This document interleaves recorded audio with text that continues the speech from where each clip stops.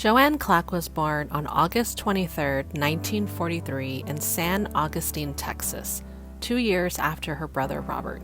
In case you don't know about this little town, it is in East Texas and has a population of about 2,000 people. She grew up on her 10-acre family farm and walked to the local AME church down the red dirt road as a child where her adoptive parents, Isley and Jerry Maxey, were active participants. Oh, you didn't know she was adopted, did you? Neither did her only offspring, until one of the aunts spilled the family secret that the man and woman her daughter had called Big Mama and Big Daddy were actually Joanne's aunt and uncle. Escándalo! Joanne's biological parents, Robert Sr. and Tommy May, were unable to raise her, so she was adopted by her mom's sister and her husband, who raised her and her brother Robert Jr. as their own. And Jerry Maxey was a force to be reckoned with. Back in the early 1900s, this man secured the purchase of 10 acres of land in a highly segregated, very racist little town in Texas. Such a force he was that the part of town they lived in was lovingly dubbed Maxey Town. Unfortunately, she didn't say much about her childhood, although she did mention that she used to pick cotton in the summers for extra money. I mean, picked cotton. And this in addition to working the family farm. Her daughter Zoanne remembers sitting on that porch, shucking corn and peas, along the fun of buying rock salt to make homemade ice cream. Zoanne has fond memories of playing on that linoleum floor and dialing out with their oversized big black dial phone. She attended Lincoln High School, and she must have been very popular because she was voted Miss Lincoln during her tenure. What a stunner.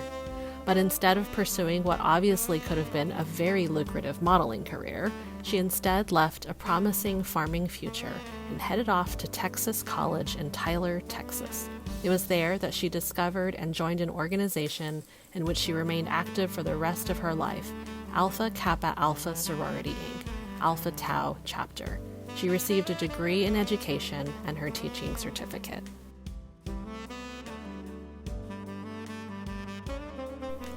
When choosing her next steps, she went against every normal pathway and took a teaching position in Nome, Alaska.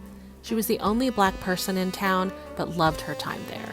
She was welcomed, but never learned how to do any winter sports. After her stint in Alaska, she returned to Texas and got married. But she didn't stay in Texas long because it was off to California she went with her military husband. She continued to teach during this time, and soon after marriage, unto her a child was born. She cherished being a mother, but did not let it slow her down. The young family found themselves back in Houston, Texas, where her husband had grown up. They settled into an apartment off of McGregor in the 3rd Ward section of Houston, back before it was fashionable to live there, and before Beyoncé. As her husband was deciding on his career trajectory, Joanne pushed on to continue to better herself and further her education. She utilized the Chicken Little Center preschool at Texas Southern University while she pursued a master's degree in education. She found a position at Eisenhower High School in Aldine ISD and commuted back and forth for years. In the meantime, she and her husband were able to save up enough to buy a house in what was then the boondocks but is now connected by multitudinous freeways. There literally used to be horses on the way to their house. They bought a 4-bedroom, 2-bath house in Missouri City, Texas, in the neighborhood of Briargate for a whopping $30,000. It was up and coming and just the beginning of the urban sprawl. The house was dead center of a cul-de-sac in which one other family was African American and the rest were all white. Of note is the fact that the opposite is true now. This was the perfect addition to the American dream for her, and she pressed forward with her life. She had the family, the house, the career. What could go wrong? Well, divorce, that's what.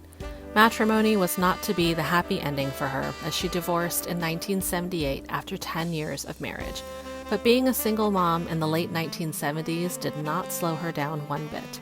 She took on more jobs, made sure her kid had every comfort, and forged ahead to make ends meet. Although her commute had become longer with their move, she continued at Eisenhower until a new high school was built just 2 miles down the road, Willow Ridge High School, which was the second racially integrated high school opened in Fort Bend ISD. It was a stunner, all shiny and new. It's where she found her core group of friends and students that she loved till the ends of the earth, even if she did call them beautiful butterflies instead of remembering a lot of their names. She was a big influence in a lot of their lives for years to come. For instance, it was because of her that Thurman Thomas went on to be a football Hall of Famer. Of course, that's not entirely true, but her love of football and dedication to the school definitely didn't deter her from people excelling and becoming their best selves. Joe Ann was involved with the athletic program, including helping out with the cheerleaders. She was also a Future Business Leaders of America sponsor. The woman loved the organization so much that she got certified as a bus driver so they would be able to do more field trips. She invited the kids over to her house for slumber parties at Ms. Tatum's house. She even loved the walls of Willow Ridge, so much so that she was one of the founding members of the Willow Ridge Wall of Honor, to which she herself was inducted in 2007. She has saved countless pictures of students and teachers over the years.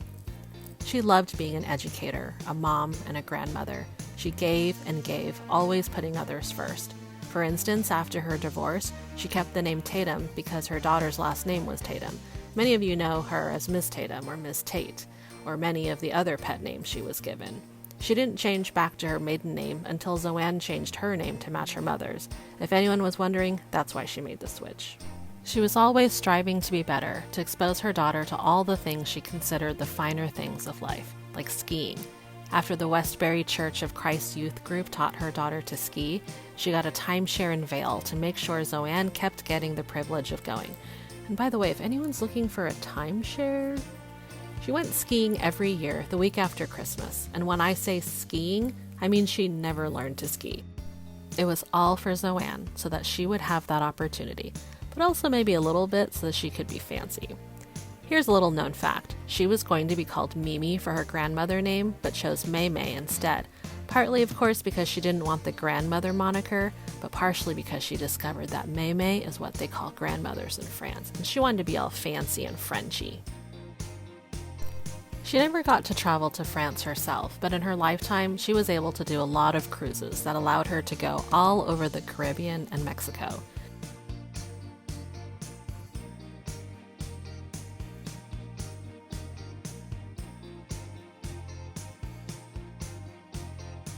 She spent a few weeks in India with her daughter, where she was able to fully immerse in another culture, although she emphatically decided she did not like Indian food. She was steadfast in the support of her daughter, first to become a doctor, then to become a writer-producer for television. Although she not so secretly wanted her daughter to keep pursuing medicine rather than the insecure job of television writing, she enjoyed the fruits of the labor by attending award shows and hobnobbing with famous people from time to time.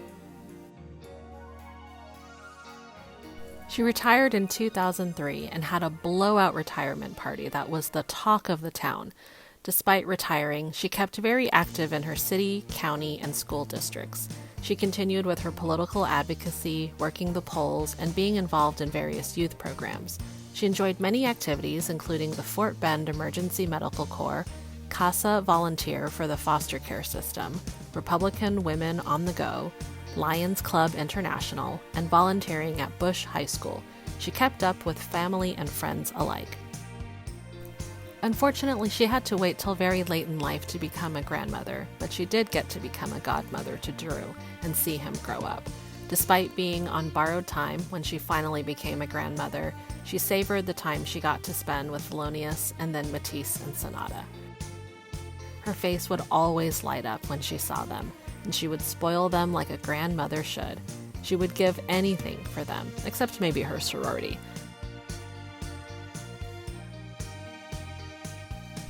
Let me give you an example of how important AKA was to her. After waiting for over 60 years to have a grandchild, her first grandson Theo was born in 2013 and had to be in the NICU for 2 weeks. He was born at exactly the time Joe Ann was named a Golden Soror for over 50 years of membership and service to AKA.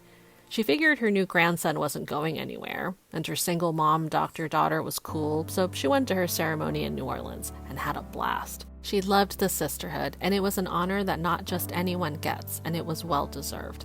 She and her sorors also successfully fought to get her daughter an honorary membership in 2008, which was an amazing feat in and of itself. A testament to her commitment to friends and family was a surprise 70th birthday party. So many relatives and friends came out to celebrate her.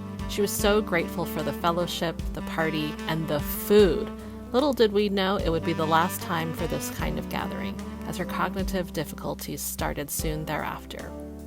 2020 was a very hard year, as it was for many. She caught COVID in the beginning of April, and we almost lost her 3 times. But when asked if she was ready to go, she emphatically stated no when she could barely talk, and proceeded to continue to live, defying all odds at the time. This was after 2 months in the hospital and then 1 month in rehab.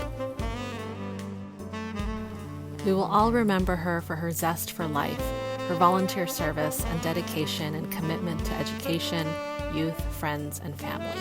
We knew her, we loved her, and her memory will always be a blessing. We pay tribute to this magnificent woman on this day and know that she will never be forgotten because she has played such a big role in the hearts and minds of many. Farewell to the physical body of Joe Ann Clack, and hello to the memories. She will be missed.